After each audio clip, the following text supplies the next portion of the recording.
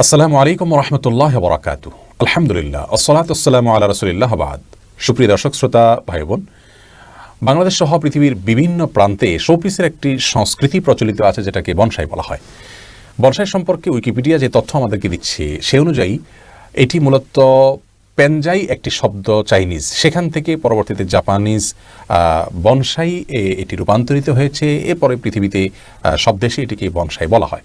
আর bonsai এই প্রক্রিয়াটার মাধ্যমে যেটি বোঝানো হয়ে থাকে তা হলো মূলত শক্ত কাণ্ড রয়েছে এমন বৃক্ষকে, এমন জাতের গাছকে ট্রেতে বিশেষ প্রক্রিয়ার মাধ্যমে খর্বাকৃতি করা, ছোট আকৃতি করে রাখা, শোপিস বানিয়ে রাখা, এটাই হলো বনসাই।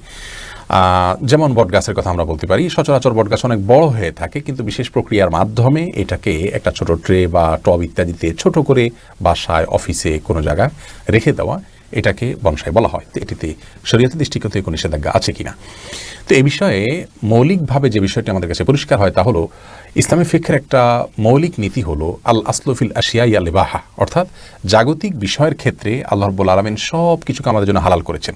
কোরআন কারীমের সূরা জাসিয়ার 13 নম্বর আয়াতে আল্লাহ রাব্বুল আলামিন বলেছেন, ওয়াসাখখারা লাকুম মা ফিস সামাওয়াতি ওয়া মা ফিল আরদি জামিআন মিনহু। লমণ্ডল এবং ভূমণ্ডলে যত কিছু আছে, এ সকল সৃষ্টি, লোহা, পাথর, পাহাড়, সব কিছুকে আল্লাহ রাব্বুল আলামিন মানুষের জন্য একটা বশীভূত করে দিয়েছেন। মানুষ সেটাকে তার সুবিধা অনুযায়ী ব্যবহার যেন করতে পারে। তার মানে জগতের সব কিছু আল্লাহ তারা মানুষের ব্যবহারের জন্য দিয়েছেন, মানুষ তার সুবিধার জন্য সেটাকে ব্যবহার করতে পারেন। এটি মৌলিকভাবে জায়েজ আছে, যতক্ষণ পর্যন্ত শরীয়তের কোনো নিষেধাজ্ঞা সেখানে আরোপ করা না হয়।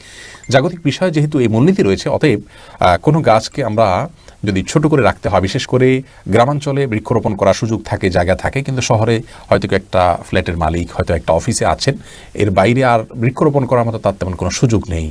তো এরকম পরিস্থিতিতে তিনি যদি কোনো গাছকে খর্বাকৃতি করে তার বাসা বাড়িতে রাখেন শোপিস হিসাবে, শখের বশত, কিংবা ফ্রেশ অক্সিজেন পাওয়ার আশায়, কিংবা বৃক্ষরোপণের যে ফজিলত আছে সেটি লাভ করার আশায়, তাহলে মৌলিকভাবে এটি কোনো গুনাহের বিষয় নয়। শরীরের দৃষ্টিকোণ থেকে তিনি কোনো হারাম কাজ করছেন, কোরআনের কোনো লঙ্ঘন হচ্ছে, এখানে বিষয়টি সেরকম না। বিধায় বনসাই করা এটা মৌলিকভাবে জায়েজ হবে ইনশাআল্লাহ।